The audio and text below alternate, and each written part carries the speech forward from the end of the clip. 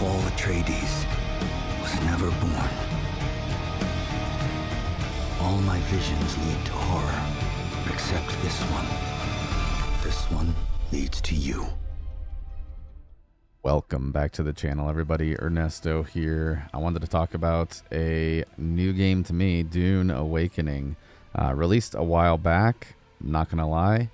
Wasn't that interested in it. I'm a big fan of the Dune universe, but didn't decide to get this game. And boy, was I wrong. This is not going to be a full review or anything like that. It's just some thoughts. But I'm a huge fan of this. I mean, it's got me hooked. I've been playing back to back almost every day, and I've been enjoying the hell out of it. I'll try to explain why. Before that, I wanted to thank you guys for watching the channel and subscribing. We have had a huge uptick in viewership, and I just want to say that I appreciated that. So if you think I'm deserving, go ahead and subscribe. Now, this Dune game is kind of an alternate universe where Paul Atreides was never born. So there's a lot going on. There's no more Fremen, or at least thus far, I have not seen any. But yeah, just to give you a quick kind of overview, the character creation was actually pretty good. I wouldn't say there's a ton of options, but I was impressed with the available options that we did have. Eventually, I settled on a character that kind of looked Harkonnen-esque. And the character creation, it does have a questionnaire here and with the Reverend Mother. And that kind of determines some of your background history.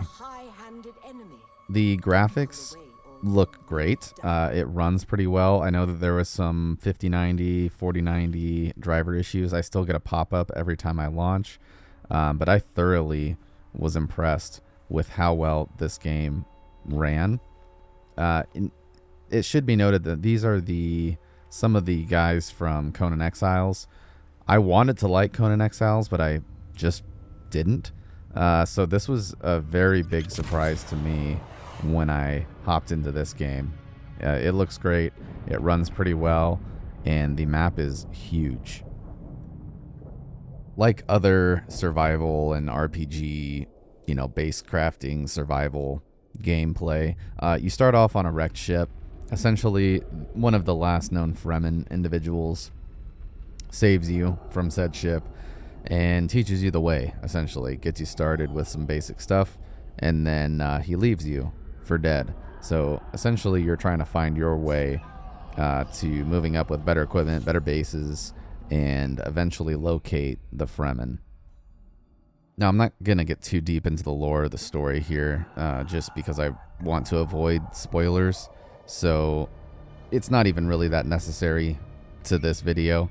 But there is quite a backstory. They did a good job incorporating the Dune universe and the lore into its own separate agenda, and I appreciate that they kept, the core values of Dune in the game.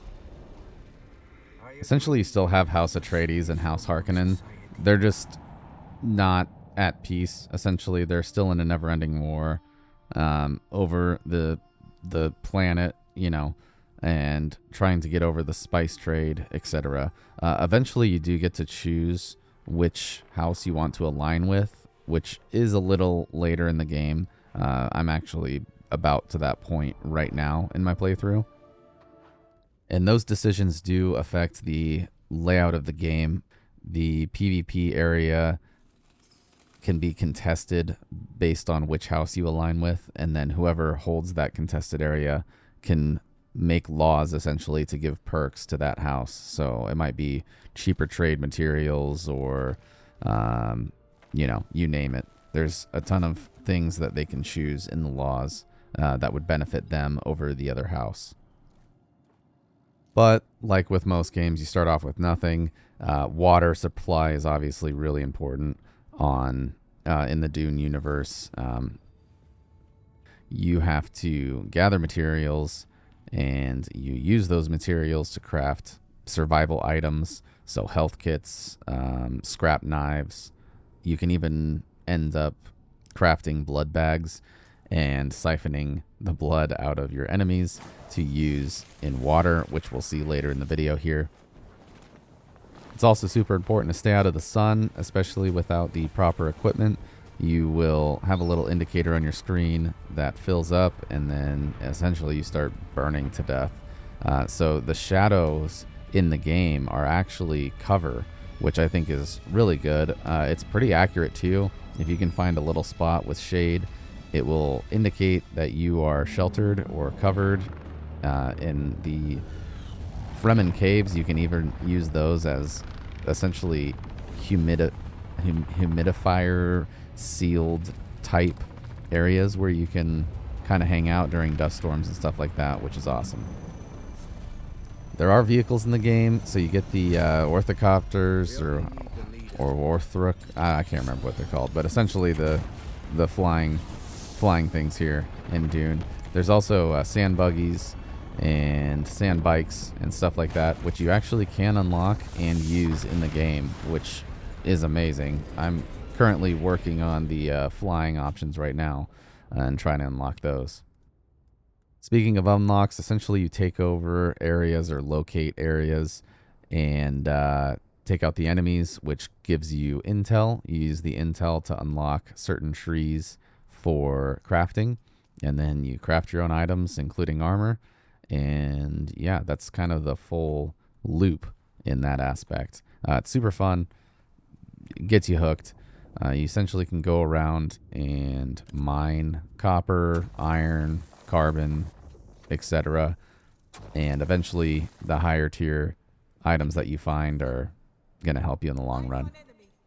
Combat's pretty fluid. It takes some getting used to on the timing for the melee. It feels a little slow at first, and I was kind of turned off by it in the beginning, but I think it's fine now at this point. There are a few bugs with I guess some of the fighting.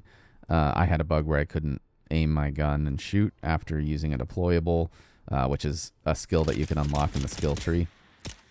As I said earlier, it becomes really important to have a valid water supply, and you can get that from taking, blood from your enemies. You can also get some crafting materials by finding some broken down items out in the game, and eventually use those items for base building. Congratulations. You are now the proud owner of an Imperial sub-fief. More of a sub-fief. But it's enough for now. Get your construction tool out and get cracking.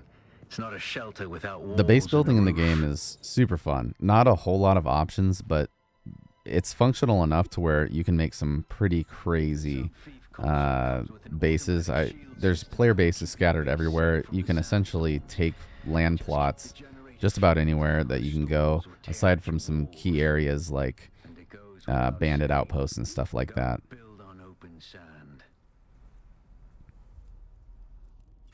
Eventually you unlock items where you can, take blood from your enemies and build crafting benches that process that blood into water, and thus the survival gameplay loop kind of comes to fruition.